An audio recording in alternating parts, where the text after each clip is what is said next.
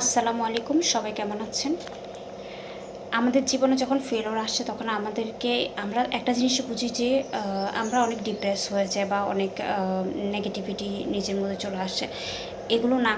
এগুলো না করে আমি কি করি? যখন আমার অনেক ফেলিওর আসছে তখন আমাকে বুঝতে হবে যে আমার ব্যাংক, গভর্নমেন্ট কম্বাইন্ড ব্যাংক বা অডিটর বা পরিসংখ্যান বা সেটেলমেন্ট অফিসার, তারপর বা ম্যাথমেটিক্সের পোস্ট বা এনআরটিসি বা প্রাইমারি অর বিসিএস, মানে যখনই আমার ফেলিওর আসে তখন আমি একটা জিনিস বুঝি যে আমার প্রিপারেশনে ঘাটতি আছে বা আমাকে প্রিপারেশনটা ঠিকভাবে নিতে হবে, সেটা আমাকে বোঝায়। যখন আমার জীবনে অনেক কষ্ট পৃথিবীতে তো মানুষ মেন্টালিভাবে ম্যাচিউর হয়, ঠিক তখন এই জন্য আমার মনে হচ্ছে কষ্টটাও আমি সমানভাবে অ্যাকসেপ্ট করি, ভুলগুলো অ্যাকসেপ্ট করি, দুঃখটাকেও সমানভাবে অ্যাকসেপ্ট করি, আপস অ্যান্ড ডাউন দুটোকেই সমানভাবে অ্যাকসেপ্ট করি।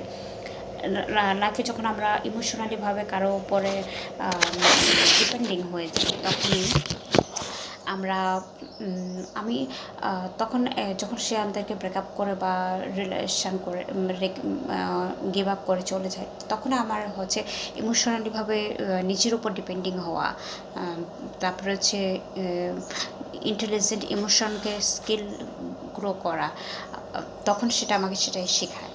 মানে মেন্টালিভাবে বা ইমোশনালিভাবে নিজের উপর সেলফ ডিপেন্ডেন্ট হওয়া। যখন আমাদের শরীরে কোনো সিমটম দেখা দেয় তখন আমরা বুঝি যে আমাদের ডক্টরের কাছে যাবে, কিন্তু আমরা সিমটমটা নিয়ে হতাশ হব না বা নেগেটিভিটিতে ডুবে যাব না।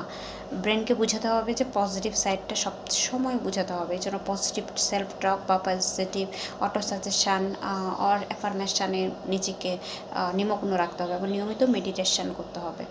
আর হচ্ছে যে এই জন্য আমি বলবো কোয়ান্টাম মেডিটেশনের একটা ইউটিউব চ্যানেল আছে, ওগুলো আপনি দেখতে পারেন। মেডিটেশন ফর অল একটা ইউটিউব চ্যানেল আছে, ওগুলো দেখতে পারেন। আর হচ্ছে যখন আমাদের